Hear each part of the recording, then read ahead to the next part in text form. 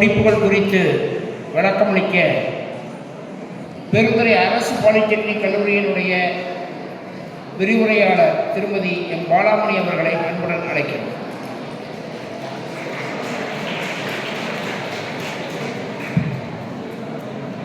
அனைவருக்கும் என்னுடைய மதிய வணக்கத்தை தெரிவித்துக் கொள்கிறேன்.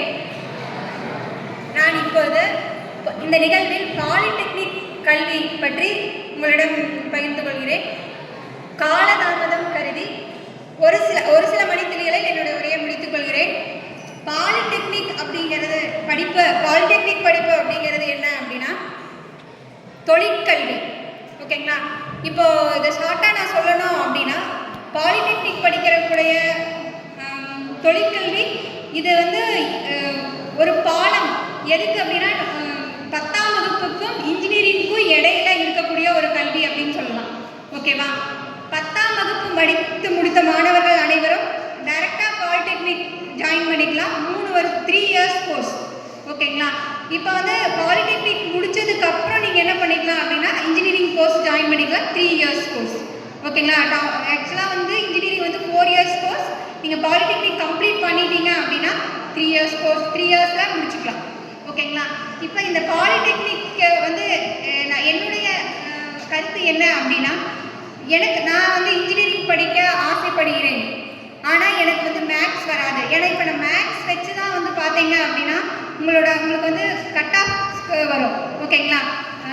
12th ஸ்டாண்டர்ட் முடிச்சதுக்கப்புறம் உங்களோட கட் ஆஃப் பேஸ் பண்ணி தான் இன்ஜினியரிங் காலேஜஸில் நல்ல இன்ஜினியரிங் காலேஜஸ்க்கு சீட்டு, அதாவது பேஸ்ட் ஆன் மார்க் வச்சு தான் நம்மளுக்கு சீட் அலோகேட் பண்ணுவாங்க. ஓகேவா? ஸோ அப்படி இருக்கும்போது நீங்கள் பாலிடெக்னிக் செலக்ட் பண்ணிக்கிட்டீங்க. எனக்கு இன்ஜினியரிங் படிக்க ஆசை இருக்குது, ஆனால் நான் மேக்ஸ் எல்லாம் எனக்கு நல்லா வராது அப்படின்னு நினைக்கிறவங்க தொழிற்கல்வி ஈஸியாக மார்க் முன்னால் ஸ்கோர் பண்ண முடியும். ஓகேங்களா? இப்போ ஒரு 2 நிமிஷத்தில் தொழிற்கல்வியினுடைய பாடத்திட்டம் எப்படி இருக்கும் அப்படிங்கிறத நான் சொல்லிடுறேன். நீங்கள் இந்த 3 இயர்ஸ் கோர்ஸுமே எப்படி இருக்கும் அப்படின்னா ஃபுல்லாக ப்ராக்டிக்கல் ஓரியன்ட் கோர்ஸ். ஓகேவா? ப்ராக்டிக்கல் ஓரியன்டாக மட்டும்தான் நீங்கள் படிக்கிற மாதிரி இருக்கும். இப்போ நீங்கள் ஃபிசிக்ஸ் லெபார்டரிஸ் செஞ்சுருப்பீங்க. என்ன பண்ணுவீங்க? ஃபிசிக்ஸ் லேபில் என்ன பண்ணுவீங்க? ஒரு எக்ஸ்பெரிமெண்ட் எடுப்பீங்க. அந்த எக்ஸ்பெரிமெண்ட்டை நீங்கள் என்ன பண்ணணும்னு செய்வீங்க. ஸோ அதனோட ரிசல்ட்டை அப்படியே எழுதுவீங்க. ஸோ இந்த மாதிரி தான் டோட்டலாக 3 இயர்ஸ் கோர்ஸஸுமே இருக்கும். பட் இப்போ இந்த 2025 ஸ்கீமில் பார்த்தீங்க அப்படின்னா எல்லா சப்ஜெக்ட்டுமே ப்ராக்டிக்கம் கொண்டு வந்துட்டாங்க. ஓகேவா? உங்களோட ஸ்கில்ஸை டெவலப் பண்ணுற மாதிரி மட்டும்தான் இருக்குது. இங்கே மெமரிக்கு இடமே கிடையாது. ஓகேங்களா? எதை நம்ம பண்ணுறோங்கிறத புரிஞ்சுட்டு தான் எழுதுகிற மாதிரி இருக்குது. ஸோ இதில் நீங்கள் பர்ஃபெக்டாக உங்களுக்கு ஸ்கில்ஸ் இருந்துச்சு அப்படின்னா, ஃபார் எக்ஸாம்பிள் இதில் என்னென்ன பாடப்பிரிவுகள் இருக்குது அப்படின்னா மெக்கானிக்கல், சிவில், இசிஇ, ட்ரிபிள்இ இந்த கோர்சஸ் எல்லாம் இருக்குது. ப்ளஸ் நான் டெக்னிக்கல் கோர்சஸும் இருக்குது.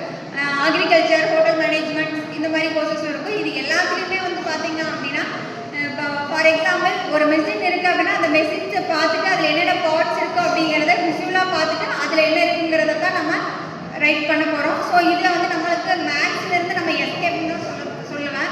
ஓகேவா?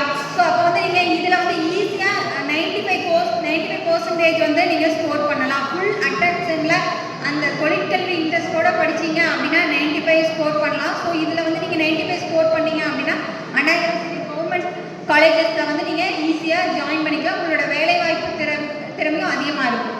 இப்போ நான் 10th முடிச்சுட்டு 3 வருஷத்தில் நான் வேலைக்கு போகணும், என்னோட கரியரை நான் ஸ்டார்ட் பண்ணணும் அப்படின்னு நினச்சேன் அப்படின்னா இது டிப்ளமோ உனக்கு ஒரு கரெக்டான வழியாக இருக்கும்.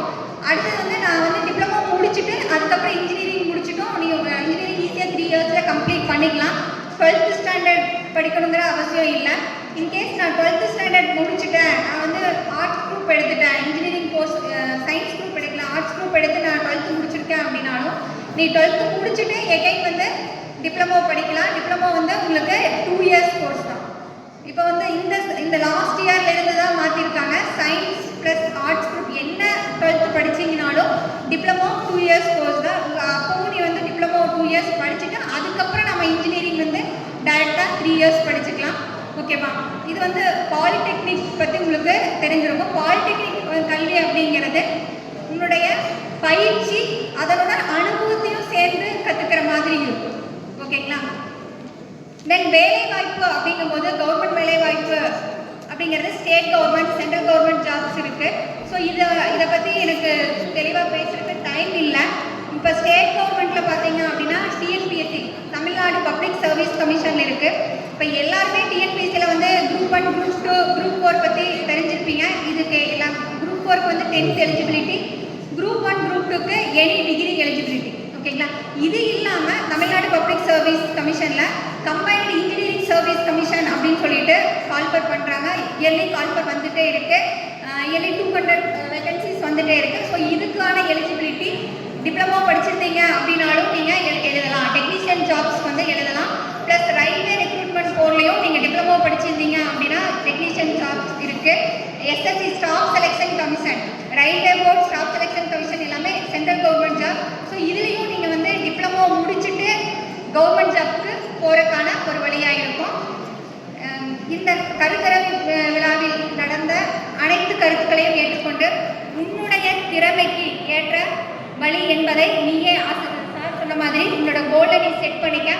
ஓகேவா? அதில் வந்து எந்த டிபார்ட்மெண்ட் போனீங்க அப்படின்னாலும் கண்டிப்பாக கடின உழைப்பு மற்றும் முயற்சியோடு செயல்பட்டு உன் வாழ்வில் சிறந்த சாதனையாளராக வர என்னுடைய மனமார்ந்த வாழ்த்துக்களை தெரிவித்துக் கொள்கிறேன். நன்றி, வணக்கம்.